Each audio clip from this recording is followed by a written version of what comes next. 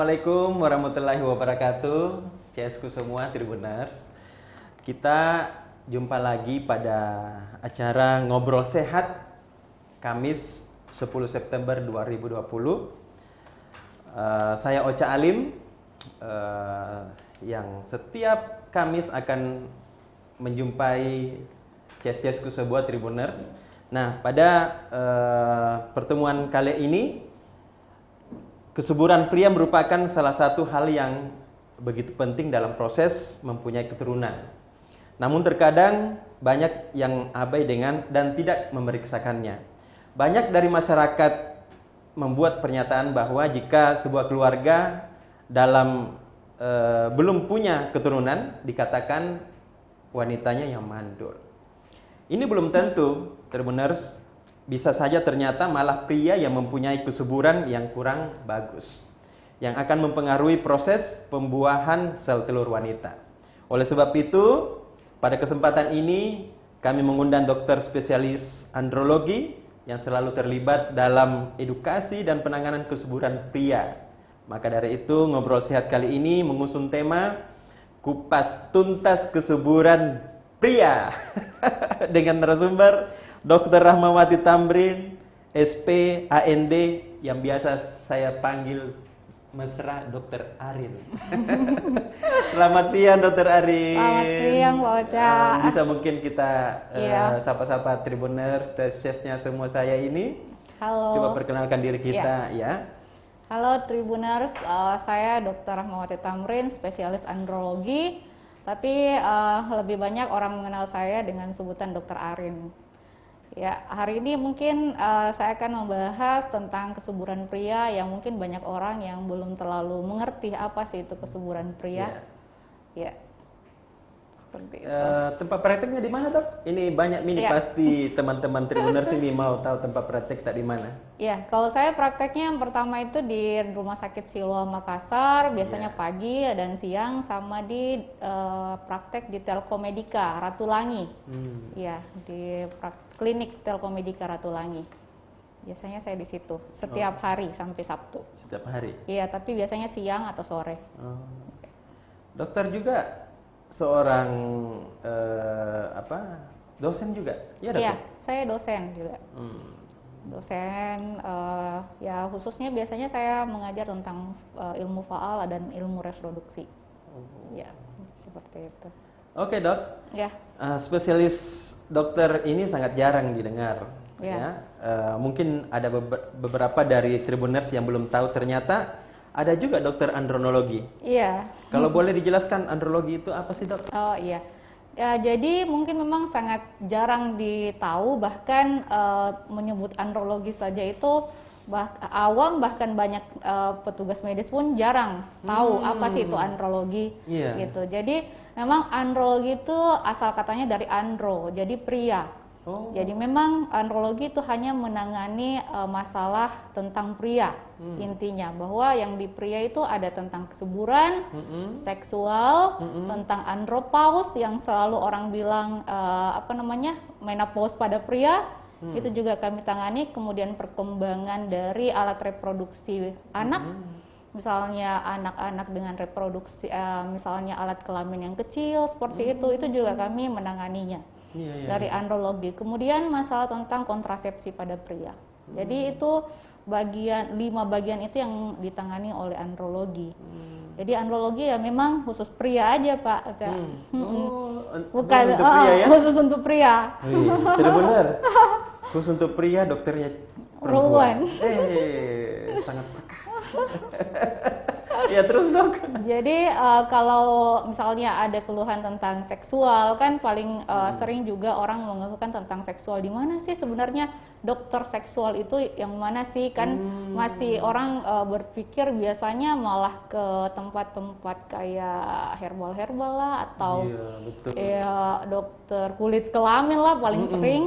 Tapi ternyata yang untuk seksual khusus untuk pria memang pada dokter andrologi.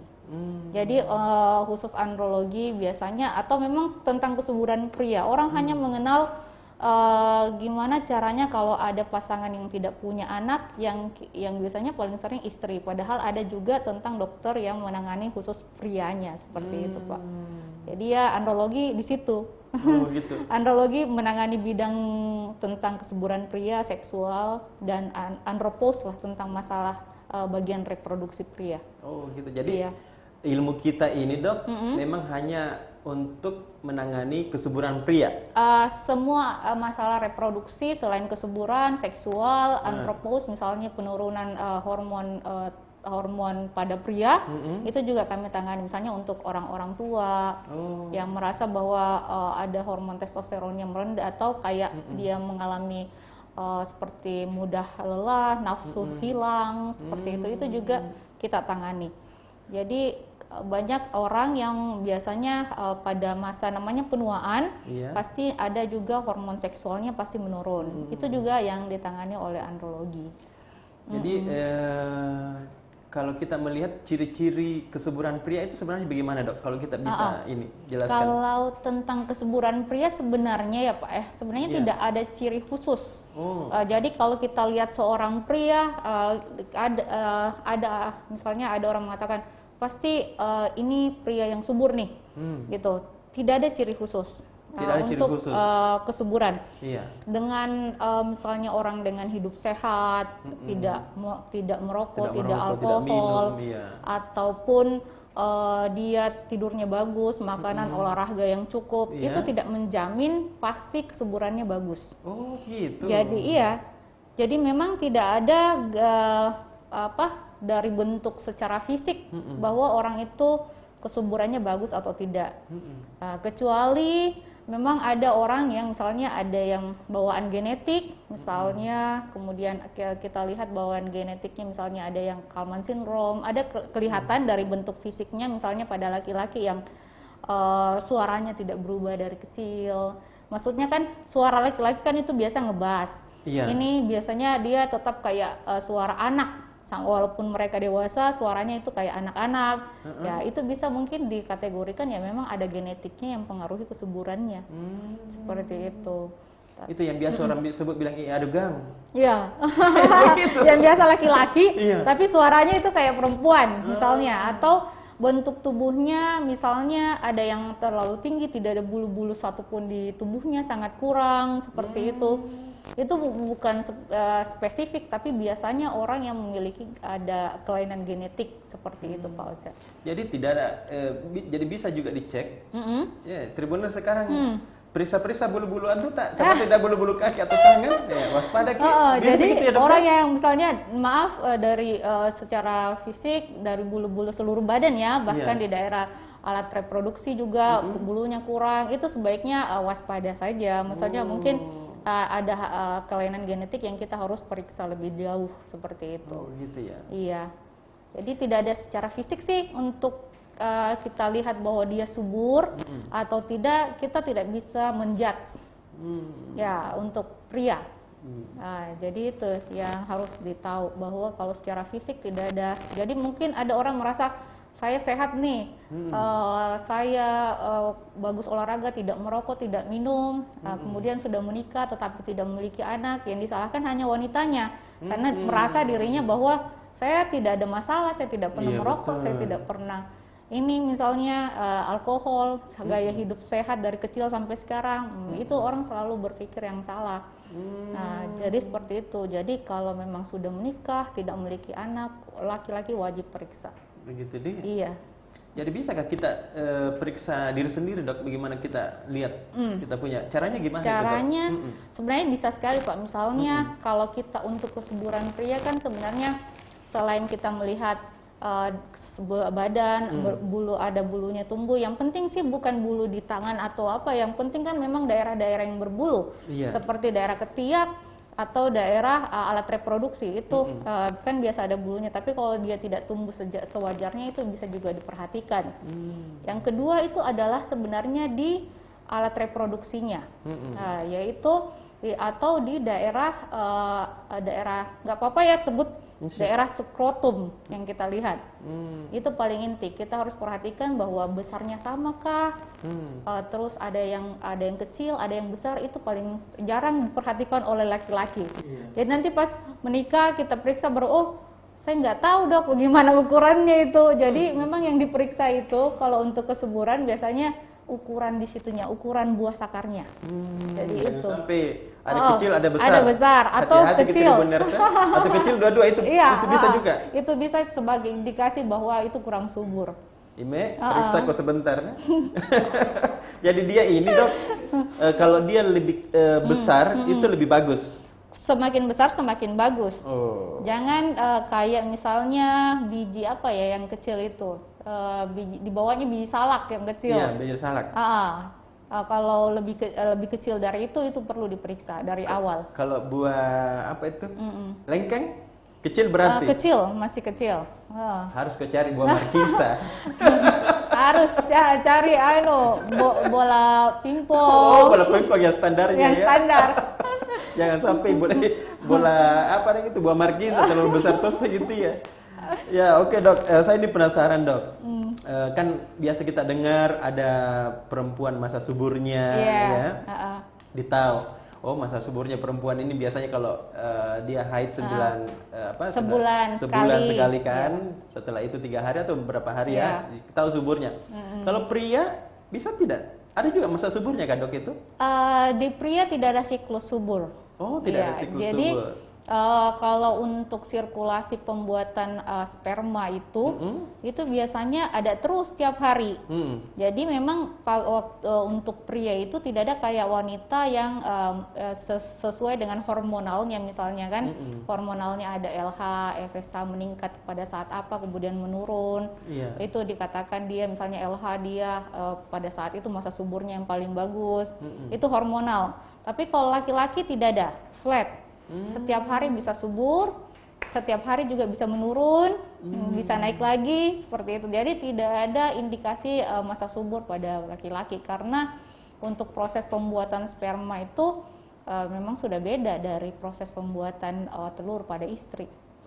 Gitu. Jadi kalau pembuat telur pada istri itu kan memang sejak dia lahir, sejak kandungan itu sudah ada telurnya. Sedangkan sperma itu pada pria baru ada setelah masa pada saat dia akil balik. Jadi sperma itu bukan dari pada saat lahir atau pada saat kecil, pada saat dia puber baru ada namanya sperma.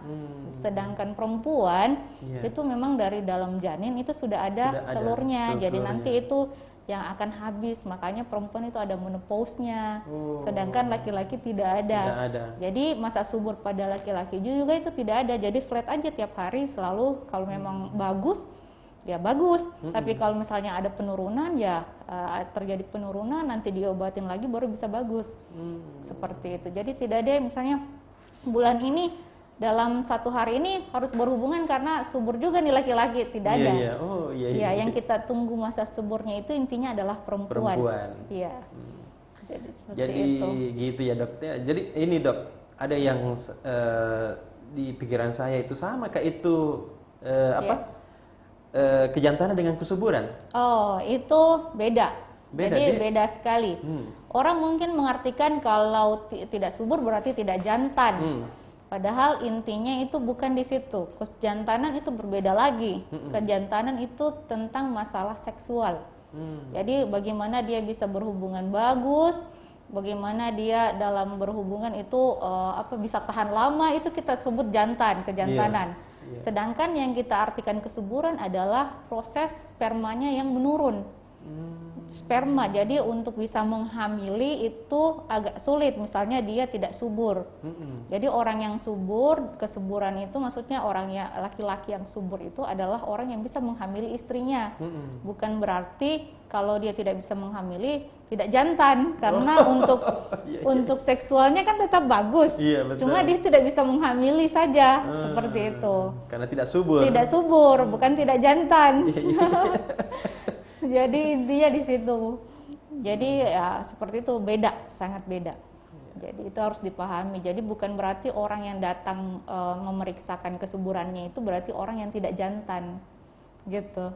Banyak seperti itu, Pak. Mereka malu untuk memeriksakan bahwa kalau misalnya istrinya sudah periksa, tapi dia tidak mau periksa karena menganggap bahwa kalau saya periksa nih pasti ketahuan dianggap nanti saya tidak jantan ini, karena betul. tidak bisa menghamili istri. Padahal bukan dari segi seksualnya, tapi dari segi spermanya yang kurang, seperti itu. Kualitasnya, kualitas spermanya tidak bagus. Tidak bagus, iya, Pak.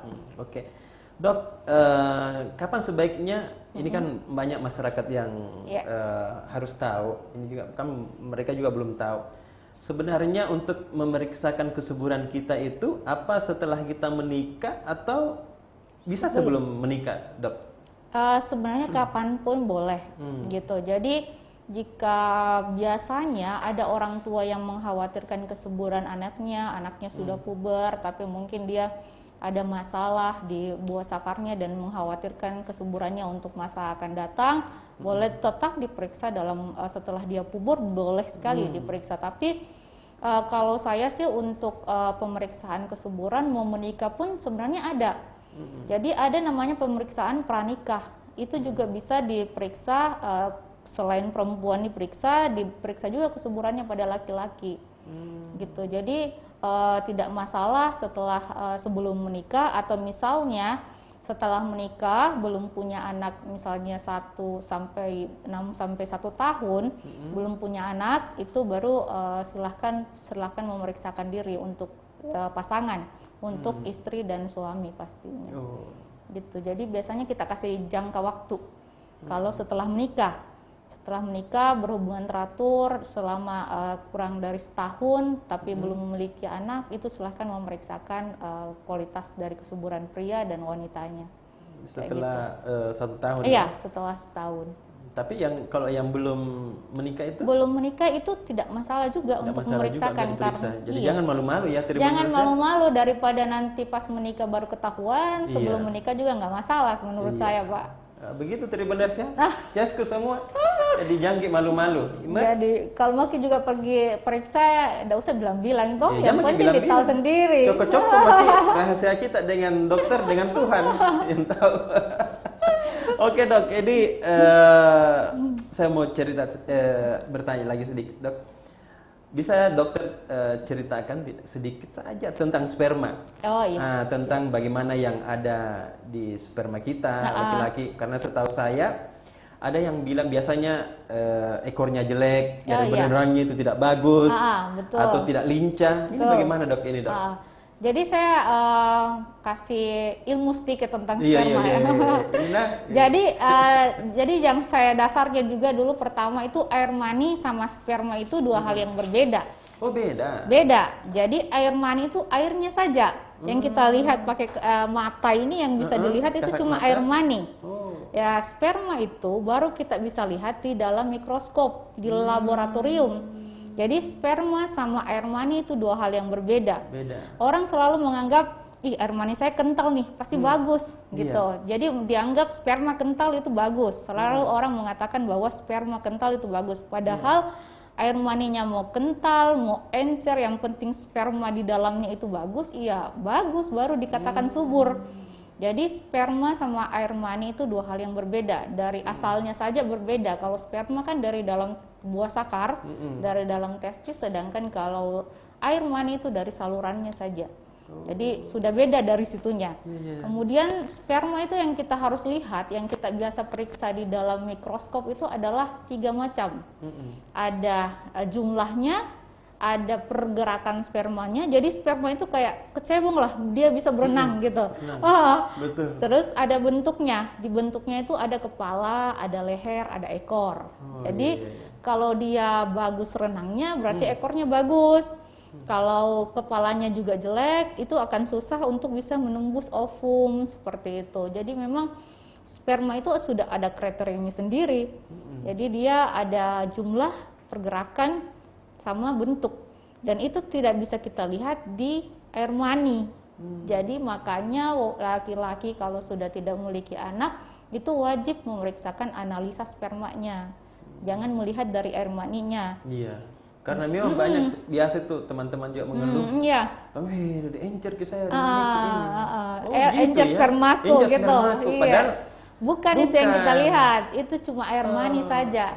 Jadi intinya juga jangan banyak laki-laki yang menganggap kalau dia sudah bisa mengeluarkan air mani dengan baik, banyak warnanya sesuai, misalnya putih keabu-abuan, terus kental, itu dianggap mereka subur.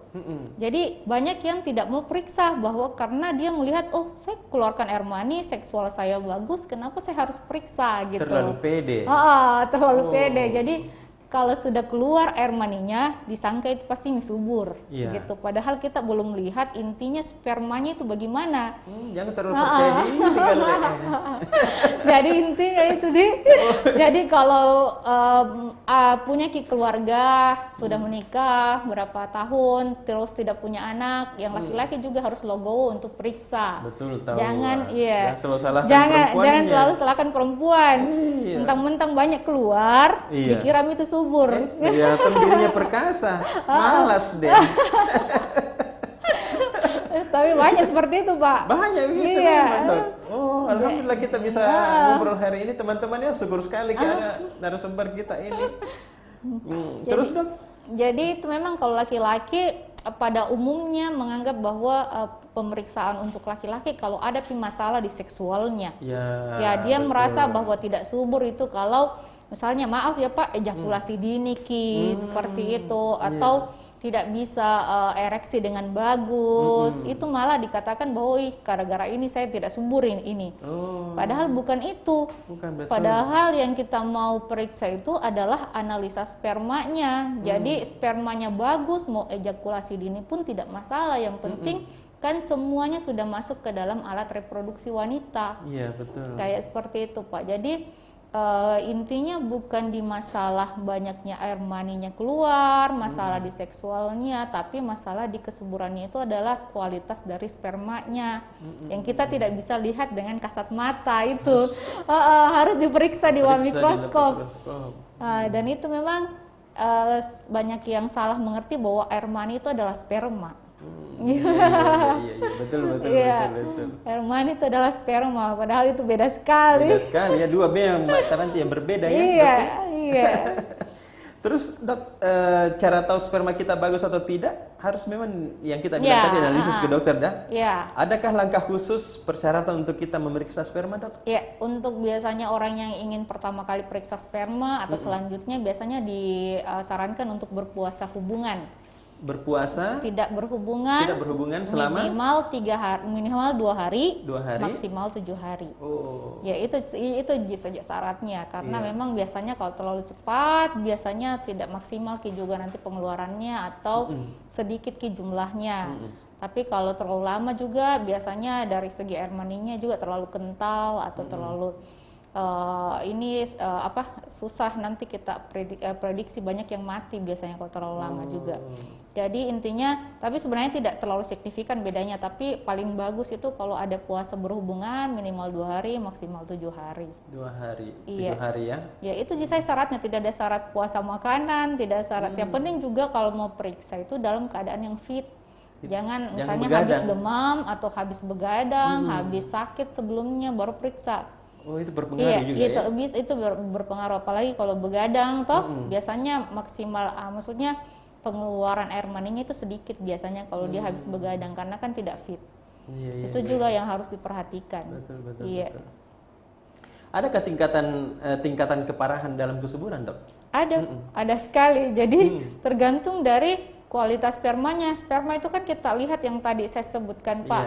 Yang itu 3 itu jumlah, pergerakan, sama bentuk spermanya. Jadi intinya kalau keparahan itu tergantung dari jumlahnya, semakin dia sedikit semakin parah.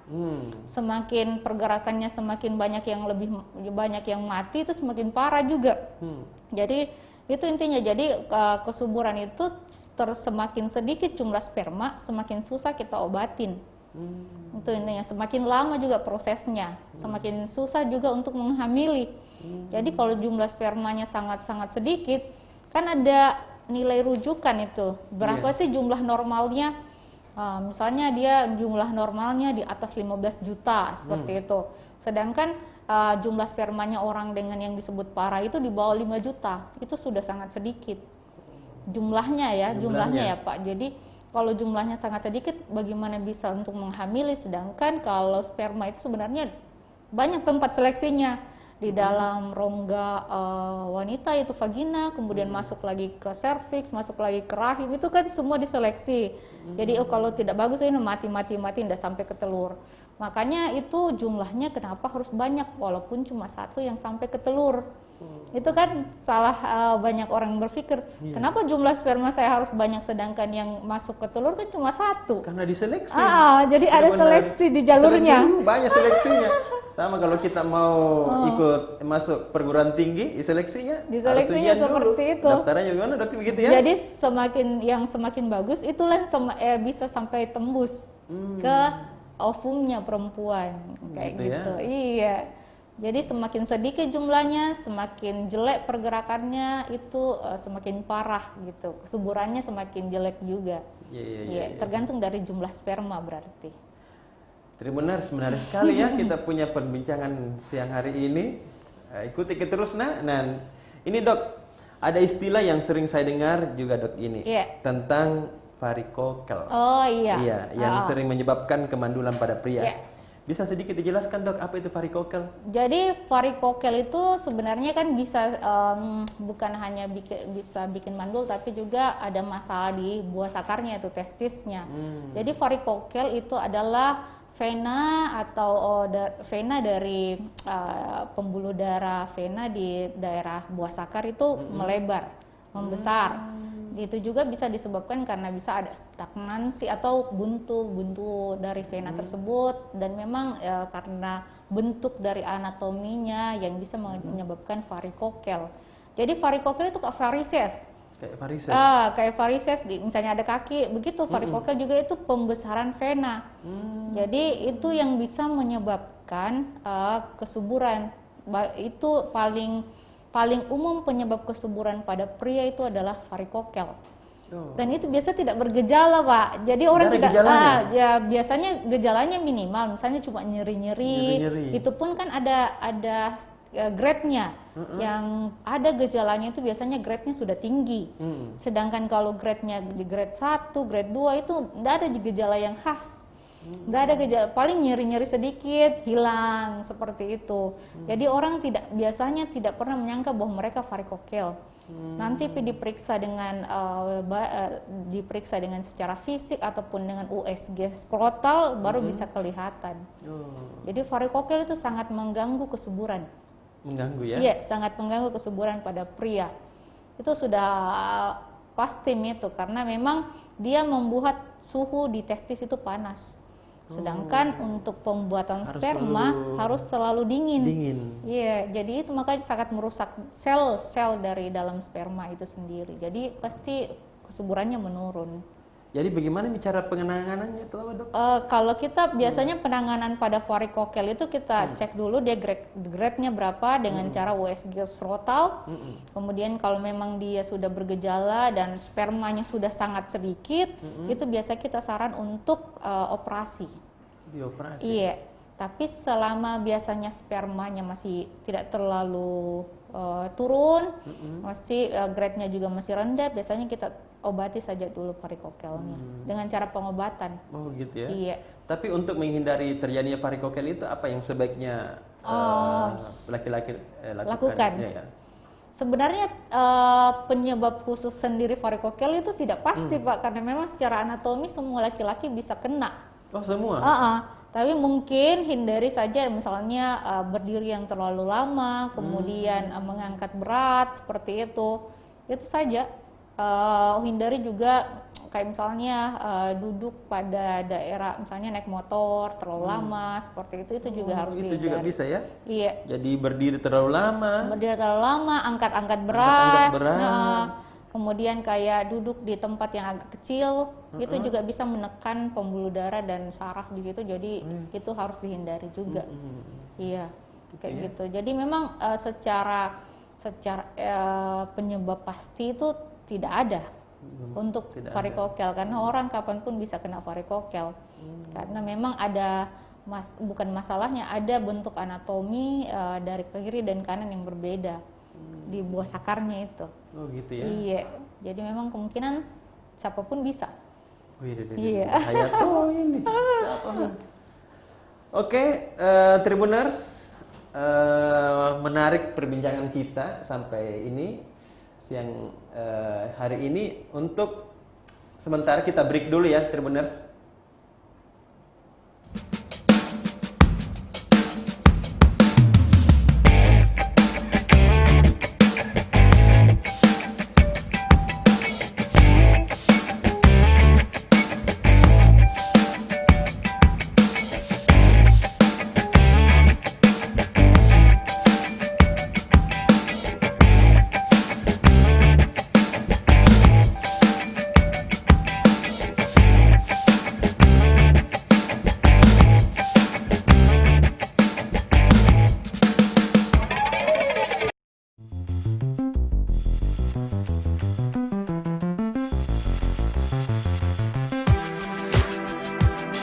Jalan-jalan ke pantai, atau menaiki puncak gunung, melihat dataran indah, dan membayangkan lukisan alam Tuhan yang menakjubkan akan tersaji dalam sebuah liputan menarik juga eksklusif.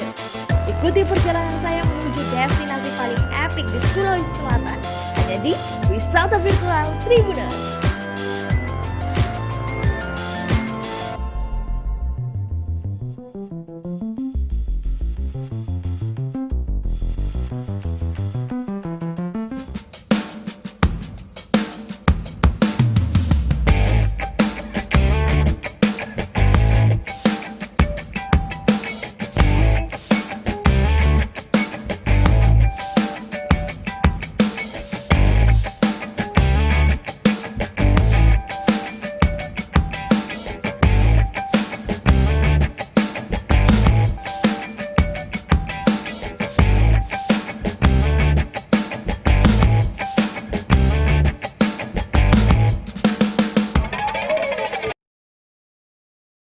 Sehatku semua, kita jumpa lagi pada ngobrol sehat kita siang hari ini.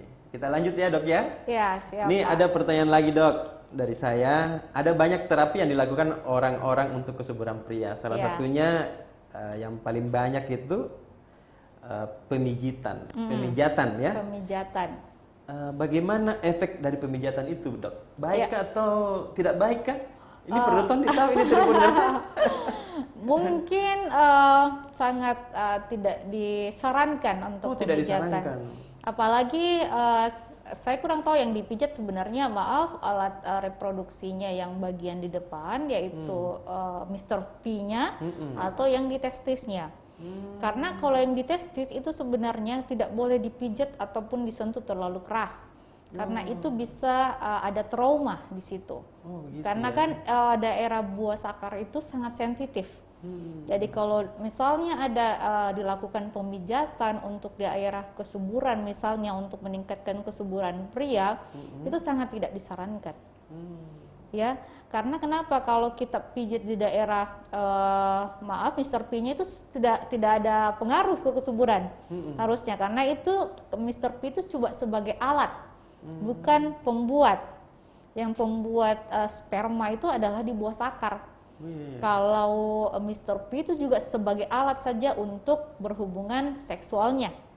Tapi intinya untuk kesuburan, kalau apalagi yang dipijat itu daerah buah sakarnya, itu sangat tidak boleh. Karena daerah buah sakar itu adalah tempat yang sangat sensitif. Kena tendang aja bisa merusak buah sakar, apalagi dipijat. Iya.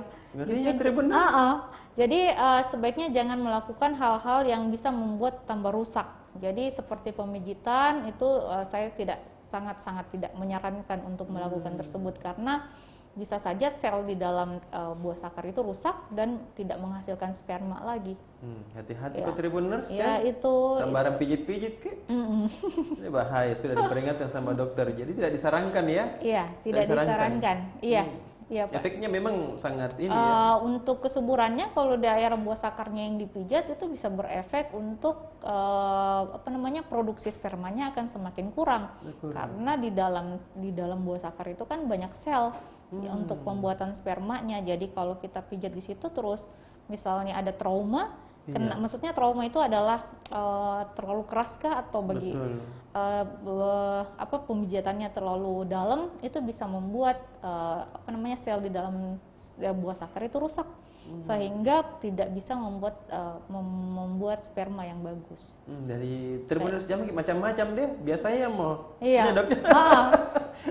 Ini dok, ini menarik sekali. Ada juga ini banyak yang minum jamu-jamuan hingga obat kuat dok. Saya sering dengar orang-orang bilang pil biru. Oh iya. Berpengaruh gak tidak itu untuk kesuburan dok? Sebenarnya pengaruhnya itu untuk ke seksualnya. Oh, ke seksualnya, Ya, bukan kesuburannya. Bukan kesuburannya. Jadi kalau obat seperti itu kan untuk meningkatkan, itu namanya ereksi. Itu obat biru itu. Iya. Ya orang banyak tahu itu biasanya Obat untuk kuat. obat kuat. Tapi Deh. itu bukan untuk kesuburan. Itu untuk berhubungan secara seksualnya lebih bagus. Lebih lama. Tapi itu pun penggunaannya harus diawasi oleh dokter karena tidak boleh dengan dosis yang berlebihan. Karena efeknya juga itu bisa kayak ke jantung seperti itu, kemudian pusing. Jadi memang itu harus diawasi juga. Itu intinya itu bisa karena seksual juga kan, kalau tanpa hubungan seksual kan tidak bisa juga menghamili. Betul. Intinya secara itu. Jadi bukan untuk meningkatkan kesuburan, tapi untuk supaya bisa berhubungan seksual dengan baik. Itu pil biru. Jadi tidak ada sangkut pautnya antara pil biru dengan meningkatkan kesuburan. Iya, itu cuma untuk memperbaiki seksualnya saja, tapi bukan untuk meningkatkan jumlah spermanya, pergerakan sperma atau bentuk sperma. Kayak seperti itu. Betul. Karena banyak juga bahayanya yang Iya. obat-obat juga tiba-tiba banyak itu yang terjadi. Banyak karena orang mungkin menggunakan dosis yang berlebihan seperti itu. Jadi kita kan juga tidak tahu, biasanya orang ada yang namanya herbal, dibilang herbal padahal obat kimia di dalamnya yang sebenarnya dosisnya sangat tinggi, jadi efeknya kayak cepat. Padahal itu dosis yang diberikan mungkin dosis obat biru dengan dosis yang lebih tinggi. Padahal kalau kita untuk di dokter itu dosisnya dari awal kecil dulu, untuk tergantung maksudnya gangguan seksualnya kayak gimana. Tapi intinya bahwa pil biru itu tidak ada hubungannya dengan kesuburan. Untuk seksual saja itu. Iya, betul. Untuk meningkatkan ketahanan ya. Iya, supaya bisa saja. supaya bisa berhubungan dengan baik lah, Pak. Iya. Dok, untuk menghindari penyebab penurunan kesuburan pada pria ataupun menambah kesuburan pada pria, apa yang harus dilakukan, Dok? Apakah makanannya atau rajin olahraga? Ya, intinya bahwa untuk memperbaiki pasti harus dengan gaya hidup yang bagus juga. Betul. Ya, intinya gaya hidup yang bagus itu yang pertama adalah pasti harus ada olahraga. Tapi kalau kita bukan atlet, sebaiknya olahraga yang ringan-ringan saja, Pak. Misalnya lari 15-30 menit, renang seperti itu. Malah saya juga tidak sarankan kalau hanya olahraga sekali seminggu langsung berat. Misalnya futsal. Iya, betul. Ya, itu kan semakin berat olahraga yang dilakukan padahal cuma sesekali, itu akan malah bukan membuat sehat, tapi oksidan dalam tubuh itu malah meningkat karena otot-ototnya terlalu capek, kaget juga. Jadi oksidan di otot itu bisa meningkat. Jadi selain olahraga yang ringan dan cukup, kemudian rutin, misalnya 3 kali dalam seminggu, yaitu harus rutin. Kemudian kita harus perhatikan makanannya juga. Ya, makanan itu intinya bahwa makanan itu adalah yang disarankan itu adalah yang tinggi protein. Yang tinggi vitamin C seperti itu, selenium. Jadi kalau mau bagus, misalnya makan makanan yang dari telur, kemudian ikan. Ya, kita juga harus menghindari itu kayak misalnya daging olahan. Iya, daging olahan itu kayak nugget, burger, sosis. Tidak bisa itu, Dok. Saya jarang itu sekali semua ke saya. daging olahan. Jadi itu yang harus dihindari juga. Kalau untuk laki-laki, kurangi makan makanan yang mengandung kedelai. Kedelai. Iya, tahu, tempe, Tahu kecap. kan? Wih, kesukaanku itu saya dok, enak sekali, murah meriah. Iya, tapi maksudnya boleh dimakan tapi jangan terlalu Jangan sering. Itu betul. intinya, Oh, iya. kedelai ya? Iya, karena itu bisa menurunkan hormon testosteron sebenarnya. Oh, iya. Jadi proteinnya kita ambil dari telur atau ikan. Termasuk susu Kedelai, iya, termasuk susu kedelai. Anunya mengasuh. Ah, ah. Terus dok, sekarang kan banyak yang lagi sering naik sepeda. Hobi Iya. sekarang kita kalau ke Pantai Losari itu kemana-mana tuh sepeda, gue terus. Nah, saya baca kalau keseringan naik sepeda bisa jadi mandul. Gimana itu dok? Iya, saya jelaskan sedikit. Sebenarnya banyak artikel atau jurnal yang mengatakan jika ingin program kehamilan, sebaiknya seorang pria itu menggantung sepedanya. Oh begitu. Jadi sebaiknya tidak Bersepeda. melakukan bersepeda. Tapi sebenarnya memang intinya bersepeda itu harus misalnya mau naik sepeda, harus beli sepeda sesuai dengan ukuran badan. Oh. Dan misalnya tinggi badannya berapa, ukuran Iya. supaya tidak terlalu banyak gesekan di situ. Maksudnya kan saddle sepeda itu kan Betul, kecil. kecil. Jadi semakin dia sering naik sepeda atau dia ada gesekan di situ, itu akan membuat kan saddle-nya langsung menekan di daerah bawah sakar dan daerah Mr. P-nya juga bisa. Jadi peredaran darah dan saraf itu bisa terhambat. Dan itu bisa merusak kualitas dari spermanya, bahkan bisa merusak seksualnya. Jadi daerah bawah sakarnya dan Mr. P-nya juga bisa rusak dua-duanya. Jadi kalau untuk yang mau naik sepeda boleh, tapi dari jarak terus waktu itu harus diperhatikan sebenarnya Pak. Misalnya kan orang happening sekarang itu jaraknya 20 sampai 30 kilo. Betul. Padahal itu mereka lakukan mungkin cuma sekali seminggu, Iya. dan langsung berjarak yang sangat jauh. Jauh.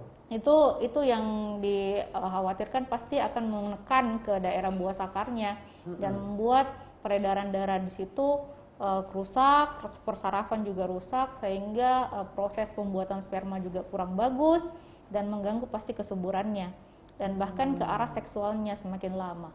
Bahayanya gitu. Tribuners. Hati-hati Ya. ya suka bersepeda nah. Boleh jenis sepeda, tapi ada yang biasa itu pakai saddle yang khusus dan sama celana khusus, ada itu. Jadi ada gabusnya biasanya, itu boleh, tapi tidak boleh lebih dari 1 jam naik sepeda. Nomor sekarang Iya. orang pergi naik sepeda ke Marus, Makassar Marus, baru cinta Kembali lagi. Kembali lagi. Aduh, mati ke. Iya, kalau orang sudah punya anak sih tidak terlalu masalah, Iya, tapi kalau yang ini masih yang yang muda, betul sekali. Dok, sebelum menutup sesi ini, Iya. pertanyaan terakhir dok. Iya. Saya dengar juga kalau pria itu tidak ada masa seperti wanita ya, punya, yaitu masa menopause. Iya. Betul tidak dok? Apa sperma pria selalu selama masih hidupnya terus diproduksi? Iya. Jadi perempuan sama laki-laki itu dua makhluk yang berbeda. Dari Iya. segi ada yang satu menopause, yang satunya tidak ada masa dibilang habislah masa suburnya gitu. Jadi kalau untuk laki-laki sampai seumur hidup pun ada produksi spermanya. Sampai tua pun biasanya ada orang tua yang menikah dengan perempuan yang lebih muda pun biasa sampai ada anaknya. Tapi kalau perempuan sudah ada menopause, berarti sel telurnya itu sudah habis. Sudah tidak bisa dibuahi lagi intinya. Tapi kalau laki-laki seumur hidup pun bisa ada spermanya. Mau sampai 100 tahun pun umurnya itu tetap produksi sperma di dalam buah sakar itu tetap terjadi. Tapi intinya semakin menua semakin bisa turun juga karena namanya terjadi penuaan. Iya, sel-sel di dalam tubuh juga menua. Sel sperma juga pasti menurun. Jadi pasti ada penurunan tapi bukan hilang. Kayak seperti itu. Jadi laki-laki sampai tua makin keladi ya. Iya. Makin tua makin suka makan keladi. Jadi biasanya seperti itu. Tapi ya memang tidak ada masa di mana berhentinya kesuburannya. Kesuburan perempuan, Iya. tapi menurun lagi-lagi. Menurun, tapi perempuan kan ada masanya. Selesai itu sudah tidak bisa hamil lagi, tidak ada sel telurnya lagi, tapi kalau laki-laki ada terus spermanya. Betul. Gitu. Normalnya seperti itu. Oke, Ces, sepertinya saya sudah dikode-kode sama operator. Ini sudah banyak pertanyaan-pertanyaan. Nah, sebentar ini kita jadi semua pertanyaan kita usahakan untuk dijawab, tetapi nanti dokter yang memilih 3 pertanyaan terbaik yang dijawab. Jadi semua pertanyaan dijawab, tetapi 3 pertanyaan terbaik itu nanti akan dipilih dokter untuk mendapatkan hadiah dari Unihel Makassar. Nah, ini kita mau lihat dulu pertanyaannya, Kakak Iba. Ini tunggu ya Tribuners, ini kita akan bacakan ini pertanyaannya.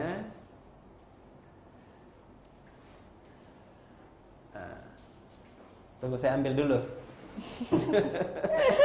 Sabar kita Tribuners. Nah, woi, banyak sekali pertanyaan ini, Dok. Banyak sekali pertanyaan ini. Ini dari Irdayani Jasman. Halo Pak Ocha, salam sehat. Halo Ibu Irdayani. Selamat siang, Dok. Apakah makin tua usia seorang pria bisa menurunkan tingkat kesuburannya? Jadi bagaimana, Dok, dengan pria yang baru ketemu jodoh di usia 35 tahun ke atas? Oh iya. Silakan dijawab, Dok. Kalau untuk usia masih di bawah 45 itu masih sangat bagus lah untuk tingkat kesuburannya sebenarnya. Yang penting memang tidak ada masalah seperti masalah sakit tertentu yang bisa mempengaruhi kesuburan. Atau pasti untuk semakin tua pria untuk menikah misalnya kalau semuanya sehat, misalnya dari segi fisiknya sehat, tidak ada penyakit-penyakit sistemik seperti gula atau kolesterol seperti itu untuk seksualnya pasti juga bagus. Tapi pasti untuk kesuburan namanya penuaan pasti ada penurunan, tidak akan sama dengan pada saat seorang pria itu usia 20 tahun, 25 tahun atau di bawah 35 tahun lah. Ya pasti ada penurunan, tapi dibilang penurunan kan belum tentu maksudnya dia tidak subur. Jadi kalau kita dari andrologi bahwa yang kita lihat sebagai nilai subur atau tidak kan dari hasil spermanya. Kita kategorikan orang subur kalau jumlah spermanya itu memang banyak. Mungkin penurunannya sedikit tapi dia masih dikategorikan dalam kategori subur. Ya seperti itu. Jadi tetap pasti ada namanya penurunan, apalagi kita dengan gaya hidup yang kurang bagus, misalnya begadang, merokok, polusi di mana-mana, itu pasti bisa menurunkan. Radikal bebas iya, ya. Radikal bebas seperti itu. Oke, Bu Indaryani sudah dijawab ya. Ini dari Atin Beni. Saya baru nikah, Dok. Usia 34 tahun. Usia istri di bawah saya sedikit. Kiat apa yang harus saya lakukan untuk memperbesar kemungkinan cepat mendapatkan keturunan? Iya. Yang pertama adalah pasti dari gaya hidup yang lebih bagus.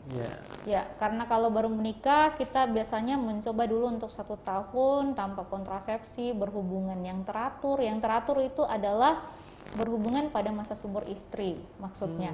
Bukan yang maksudnya tiap hari harus berhubungan, tidak seperti itu. Jadi berhubungan teratur pada saat istri masa subur. Di situ itu berhubungan teratur pada saat itu, tidak menggunakan alat kontrasepsi atau tidak LDR. Itu yang paling penting. Jadi normal saja seperti biasa, tapi juga harus dihindari misalnya begadang terlalu sering, rokok misalnya Pak, rokok yang misalnya selalu aktif kan tetap rokok itu kan menghasilkan oksidan yang tinggi. Dan pasti akan merusak sel. Jadi jika ingin cepat hamil seperti itu aja, perbaiki gaya hidup, berhubungan teratur, berhubungan seksual maksud saya, yang teratur pada masa subur. Ada mungkin vitamin-vitamin yang perlu tahu di ini, Dok? Ya, kalau biasanya vitamin itu biasanya yang makanan-makanan yang mengandung vitamin C yang tinggi, Vitamin C yang tinggi. vitamin C yang tinggi, vitamin selenium yang tinggi, seperti itu. Misalnya biasanya saya saran sih biasanya banyak makan pisang, Pisang. sama kalau buah-buahan itu kayak semangka juga boleh. Perbanyak aja di situ. Kalau mau tambah jeruk-jeruk atau biasa orang bilang ada jus jus tiga diva orang Tiga biasa diva. ya, jadi wortel, tomat sama jeruk itu boleh juga dicoba karena itu antioksidannya tinggi. Jadi itu bisa aja dicoba seperti itu dengan tetap berhubungan teratur. Atau konsumsi ini ya yang memiliki antioksidan yang Iya, tinggi ya. antioksidan yang tinggi. Oke. Vitamin yang antioksidan tinggi banyak di pasaran. Oke. Ya. Terus ini dok, ada lagi dari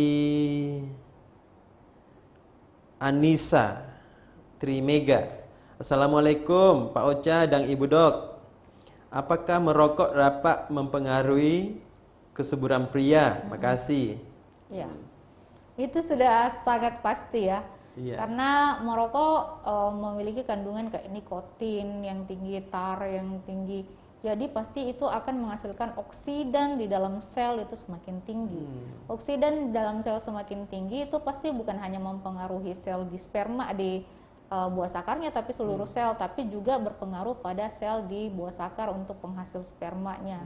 Jadi itu sangat pasti berpengaruh. Jadi rokok Ya, termasuk radikal bebas Ya, terkuat juga. jadi bisa yang mempengaruhi sampai ke buah sakar untuk pria sehingga mengurangi kualitas dari sperma, gitu Pak. Oh ini tadi ini Florencia Lumaria. Ini sudah dijelaskan tadi Florencia. Ini dibaca aja dok. Selamat siang dok. Pak Ocha, bagaimana mengetahui seberapa subur seorang pria? Ya, mungkin tadi sudah dijelaskan Ya. bahwa kita tidak bisa melihat dari bentuk fisik, tetapi harus diperiksa secara laboratorium, yaitu analisa sperma.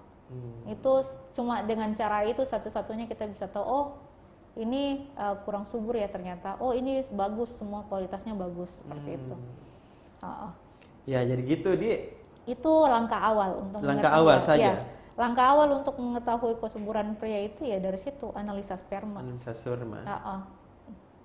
Oke Bu Florencia, Pak Florencia. Terus Irda Jasman tadi keren dok penjelasannya. Terima kasih Ibu Irda. Terus ada Ebi, keren sekali dok. Terus ini dari mana ini cerita inspiratif dok? Apakah di tempat praktek dokter jika ingin periksa pasien diberikan laki-laki atau perempuan? Mau didate ini sakarnya ya. Waspada kona. Pria Roro, kalau mau perpanjang alat pi gimana dok? Yang aman? Sebenarnya itu pertanyaan juga paling sering saya dapat. Iya. Karena mungkin orang Indonesia menganggap bahwa untuk Mr. P-nya itu kecil, Iya. padahal sebenarnya untuk seksual itu kita tidak membutuhkan besar kecilnya, yang penting memang bisa kuat dan bisa tahan lama. Itu intinya. Itu intinya ya, jadi bisa bagus ereksinya dan bisa tahan lama, itu adalah inti dari seksual. Tapi untuk memperpanjang itu tidak ada alat khusus sebenarnya. Tidak ada alat khusus, tidak ada cara khusus kecuali dengan operasi kalau kita di medis. Operasi untuk memperbesar dan memperpanjang ya jarang di Indonesia dilakukan. Kecuali memang misalnya ada anak kecil yang belum puber itu orang tua juga harus waspada dari kecil. Anak-anak itu harus kita perhatikan alat kelaminnya untuk pria khususnya, karena banyak orang tua yang miss dengan hal tersebut. Dikira nanti pas sunat baru bisa besar. Orang itu kebanyakan seperti itu. Betul. Jadi anaknya kecil, alat kelaminnya dikira hal biasa. Nanti ini sunat ini pasti besar. Padahal tidak. Jadi kita lihat, jadi kalau sudah kayak kecil sekali itu harus diperiksa secepatnya agar kita bisa memperbesar dengan cara memberikan bantuan pengobatan. Misalnya hormonal, memang kalau hormonnya yang kurang kita kasih tambahan hormon supaya alat kelaminnya bisa lebih membesar, kayak begitu. Itu dari kecil harus, sebelum puber biasanya kita obatin paling bagus. Gitu ya. Kalau untuk orang dewasa tidak ada caranya. Iya, mau dia apa lagi? Nggak ada caranya kecuali memang kalau mau dioperasi, Pi. Tapi kalau di Indonesia sih jarang operasi Jarang. seperti itu. Iya, karena kan Tuhan itu dok ciptakan itu Iya. sesuai dengan anunya tuh. Iya. Jangan terlalu motong. Bukan di besarnya dicari. Bukan, yang penting hasilnya. Iya, betul. Maaf dok, ini Rani Silondea, Iya. Silondai. Maaf dok, mau bertanya, pada pria yang memiliki riwayat hipertensi maupun diabetes, apakah bisa mempengaruhi kesuburan prianya? Tabe. Iya, sebenarnya secara tidak langsung bisa mempengaruhi karena intinya dia mempengaruhi hormonalnya. Hormonalnya dan seksualnya tentunya, Pak. Jadi orang yang misalnya orang dengan diabetes atau hipertensi pasti itu bisa mempengaruhi secara langsung ke hormon seksual dan kesuburannya, itu hormon testosteronnya. Jadi pengaruhnya di situ. Jadi selain jika orang menderita diabetes dan hipertensi, kalau dia tidak pengobatannya teratur pasti seksualnya akan menurun. Dan bagaimana bisa memiliki anak kalau seksualnya tidak bisa? Betul. Itu intinya. Dan yang kedua, memang secara tidak langsung juga bisa menurunkan kualitas dari spermanya. Karena intinya sperma bagus itu hormon testosteron itu harus bagus. Jadi yang mempengaruhinya adalah ketidakseimbangan hormon yang diakibatkan oleh dua penyakit itu, misalnya hipertensi atau diabetes. Ya, jadi bisa.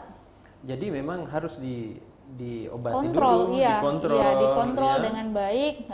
Kan orang biasanya kalau sudah turun sedikit, tidak mau lagi minum obat. Iya. Padahal nanti tidak kerasa bahwa ternyata tensinya Tambah itu tinggi parah. terus, Iya. atau diabetesnya itu semakin tinggi, kayak gitu. Oke, begitu tadi di Ibu Rani di. Terus ini dari Immanuel. Kalau makanan buah apel dan lemon, apa itu berpengaruh buruk, dok? Baik suami atau istri? Kalau dari dua buah itu kan vitaminnya bagus, jadi tidak. Betul. Jadi tidak mempengaruhi. Mungkin kalau ke arah misalnya orang sakit mah mungkin bisa mempengaruhi, tapi kesuburan tentu tidak. Hati-hati kalau sakit mah minum lemon sembarang. Gitu, jadi tidak Asamnya, berpengaruh ya dok iya, ya? tidak berpengaruh. Malah bisa membuat lebih bagus. Ini juga ada dari Nurming Uming. Assalamualaikum Kak Ocha. Ternyata ini mungkin pendengarku, penggemarku ini dok. Assalamualaikum Kak Ocha cu. Mau katanya dok, apakah ukuran penis pria itu berpengaruh dengan kualitas sperma? Makasih. Iya. Sebenarnya saya kalau mau bilang, kalau memang terlalu kecil misalnya ya, kayak gitu mungkin ada gangguan genetik. Iya. Tapi kalau tidak ada gangguan genetik, cuma kecil seperti biasa atau sebenarnya normal tapi dikatakan kecil, ya tidak ada pengaruhnya. Tidak ada pengaruhnya sama sekali ke kesuburan. Gitu. Jadi kesuburan itu bukan dari ukuran Mr. P-nya, tapi memang dari kualitas dari buah sakarnya ada masalah atau tidak di buah sakar. Karena yang memproduksi kan di buah sakarnya. Iya. Mr. P itu hanya sebagai alat intinya. saja. Iya, alat untuk berhubungan alat. seksual. Jadi bukan di situ intinya. Yang untuk kesuburan pria, untuk seksual hormonal itu ada di buah sakar. Iya. Oke, begitu ya Kakak Uming. Jadi ini ada juga Kurniawan Arsyad. Assalamualaikum. Kapan masa subur wanita untuk siap membuahi? Iya. Iya. Walaupun bukan bagian saya, tapi akan saya jelaskan sedikit karena memang saya agak mengerti tentang itu. Jadi biasanya masa subur wanita itu dihitung dari hari pertama haid. Jadi hari pertama dia sudah keluar mensnya itu kita sudah hitung dari hari itu ke belakang, misalnya sampai hari ke-12 atau dari hari ke-10 atau ke-12. Hari ke-12 sampai ke hari ke-18 itu berhubungan teratur di situ. Dari hari pertama haid ya Pak ya, bukan dalam kalender 1 bulan. Jadi hitungannya dari hari pertama haid ke belakang ke depan hari misalnya sudah hari ke-12. Dari hari pertama haidnya berhubungan teratur dari hari ke-12 sampai hari ke-18. Jadi enggak usah tiap hari, tapi maksudnya selang-seling 12, 14, 16, 18 seperti itu. Di situ salah satunya satu harinya itu mungkin masa suburnya wanita. Karena intinya sperma itu bisa bertahan 2 sampai 3 hari di dalam rahim.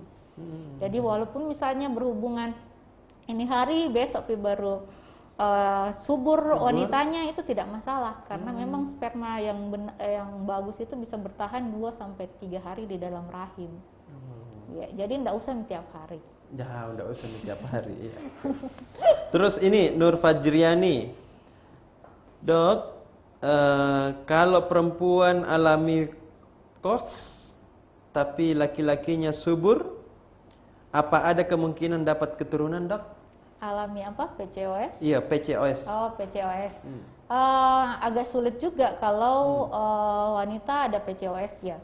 Karena PCOS itu intinya adalah telurnya itu tidak matang, jadi kecil-kecil. Coba jelaskan tahu dulu apa itu PCOS, Dok? PCOS kayak polycystic syndrome. Jadi telur pada wanita itu tidak matang secara sempurna. Ya, jadi harusnya kan ukuran matang itu misalnya 20 mm ke atas. Tapi kalau dia PCOS biasanya dibawa dari situ. Semakin kecil telur atau ovum seorang wanita itu pasti akan susah dibuahi karena dia tidak matang secara sempurna seperti yang diharapkan. Jadi pasti walaupun suaminya normal, spermanya bagus, tidak ada masalah di seksualnya, kalau istrinya PCOS pasti susah. Karena tetap harus pertemuan dua antara sperma dan ovum. Kalau memang ovumnya tidak bisa dimasuki oleh sperma, bagaimana caranya bisa hamil? Betul. Kayak gitu. Jadi tetap susah untuk hamil kalau istrinya yang PCOS. Nanti Nur Fajriani berhubungan dengan Pak Ocha Alim, Dik. Kalau soal itu nanti ada tindak lanjutnya ya. Iya. Terus ini Husnul Mubarak, MD, Tabek Dok. Seberapa lama normalnya durasi berhubungan intim yang sehat secara seksual? Bagaimana mengobati kalau cepat ereksi? Iya. Kalau untuk durasi sih sebenarnya dikatakan normal, bukan ejakulasi dini ya Pak ya. Itu sudah di atas 3 menit, itu sudah normal. Iya, jantung mau terlalu lama. Kan yang penting sama-sama. Itu sudah normal. Iya. Jadi intinya kalau seksual itu bukan yang dibilang harus 30 menit, 1 jam, itu malah atau 5 jam. Ada tuh gitu ya kan, bilang minta 5 jam. Itu terlalu berlebihan. Dan sebenarnya mungkin itu cuma kayak egoisnya seorang laki-laki toh. Iya, betul. Tapi intinya kalau untuk seksual kita kategorikan normal itu di atas 3 menit. 3 menit. Iya, sudah normal itu bukan ejakulasi dini atau apa. Kemudian untuk apa tadi yang pertanyaan keduanya Pak? Ini bagaimana mengobati kalau cepat Jadi, ereksi ya? Ejakulasi kayaknya. Iya, ejakulasi. Jadi kalau untuk ejakulasi sih ada obatnya memang kita sediakan. Jadi ereksi sama ejakulasi itu 2 hal yang berbeda. Jadi ereksi adalah bagaimana dia mengeras, sedangkan ejakulasi itu adalah bagaimana dia bisa keluar, bisa tahan lama. Jadi 2 hal yang berbeda. Jadi pengobatannya juga sebenarnya berbeda. Tapi untuk misalnya orang-orang yang ejakulasinya cepat bisa melakukan senam kayak Kegel. Itu bisa membantu dia menahan pas ejakulasi. Karena intinya orang ejakulasi cepat itu kan orang yang tidak bisa menahan ejakulasinya. Jadi itu bisa senam-senam Kegel seperti itu. Iya, bagaimana itu senam Kegel? Senam Kegel itu bisa dilihat di YouTube, dia menahan kayak mau kencing tapi ditahan. Itu bisa dilakukan 2 sampai 3 kali dalam sehari selama 5 menit. Jadi kayak kita mau kencing tapi kayak ditahan seperti itu. Itu senam Kegel itu bisa membantu otot panggul itu semakin kuat sehingga pada saat mau ejakulasi bisa ditahan. Kan itu intinya. Senam Kegel iya, namanya. senam Kegel. Senam Kegel. Jadi boleh dicoba. Ya, coba kan nanti baik. Banyak itu kayaknya. banyak nanti. Coba nanti senam Kegel. Saya juga baru mau lihat sebentar di YouTube. Benar. Nah, oke. Ini ada pasien tak dengan keluhan itu? Oh, banyak Nur Fajriani. Banyak. Jadi alhamdulillah tadi kita itu ya sudah banyak lah. Nanti telepon saya tuh nanti bisa berhubungan langsung juga dengan dokternya. Iya. Tadi saya bicara dengan dokter sebelum acara. Alhamdulillah ada penanganannya dan alhamdulillah ada yang sampai 12 tahun tidak punya keturunan. Nah, alhamdulillah sekarang sudah 2 anaknya, malah sekarang sudah mau 2 anaknya. Nah, oke, Tribuners, cesku semua untuk pesan-pesan mungkin Ibu Dokter Ya. sebagai closing statement. Ya, yang pertama adalah pesan saya untuk kaum pria, jangan malu untuk memeriksakan kesuburannya, karena kebanyakan memang yang saya lihat adalah kalau ada yang tidak punya keturunan, pasangan yang tidak punya keturunan yang diperiksakan hanya istri. Jadi intinya kalau sudah 1 tahun menikah, sebaiknya sama-sama pergi periksa, yang laki-laki pergi ke andrologi misalnya, yang perempuan ke dokter kandungan untuk memeriksakan supaya hasilnya bisa kita lihat bersamaan. Oh ternyata masalahnya ada di misalnya pria-prianya. Jangan cuma istrinya sampai bertahun-tahun istrinya terus, ternyata Disalahkan. intinya terakhirnya adalah masalahnya di laki-laki. Betul. Itu paling sangat tidak nyaman untuk perempuan, karena Betul, memang tahu. selalu di masyarakat umum yang disalahkan hanya perempuan. Perempuan. Jadi walaupun mau seksualnya bagus, air maninya banyak, itu belum tentu subur. Itu yang pesan terakhir saya, karena banyak orang yang masih salah interpretasi ya, bahwa kalau seksualnya bagus, banyak air maninya, kental, seperti itu sudah, saya sudah tidak ada masalah nih. Itu pasti saya oke nih. Yang masalah ini pasti istri saya nih, pasangan saya, ya selalu seperti itu. Jadi intinya kalau memang tidak punya anak, seorang pasangan sebaiknya dua-duanya langsung periksa. Jangan malu-malu. Jangan Jess, malu-malu. Jangan malu-malu. Dan setahu saya dokter kita ini satu-satunya di Makassar ya dok ya? Iya. Yang andrologi ya? Ya sebenarnya ada, tapi mungkin sudah ada lagi satu lah. Ada lagi satu. Tapi tidak spesifik seperti kita. Nah, kalau dokter kita ini spesifik. Jadi Tribuners, Casiasku semua yang mau berkonsultasi, silahkan. Tadi sudah disebutkan tadi tempat prakteknya di mana. Kalau bisa diulangi satu kali lagi dok. Iya. Saya praktek yang pertama di klinik Telkomedika Ratulangi sampai pom bensin detailnya. Karena Ratulangi kan cuma satu pom bensinnya. Oh iya. Pas sampingnya. Kemudian yang kedua ada di Rumah Sakit Siloam Makassar. Di Siloam Makassar. Oke. Iya. Tribuners, mungkin sudah cukup waktu kita ngobrol sehat kita kali ini. Jangan lupa ikuti saya Ocha Alim setiap hari Kamis jam 2 siang untuk ngobrol-ngobrol sehat. Nah, insya Allah minggu depan saya lupa temanya apa lagi dok, Tribuners, tetapi ya adalah untuk bagaimana mengobati wasir ya, wasir atau ambeien. Nah ini saya sudah dikode-kode sama operator. Karena waktunya sudah cukup. Terima kasih dok. Sehat selalu Tribuners, Cesku semua. Assalamualaikum warahmatullahi wabarakatuh. Waalaikumsalam.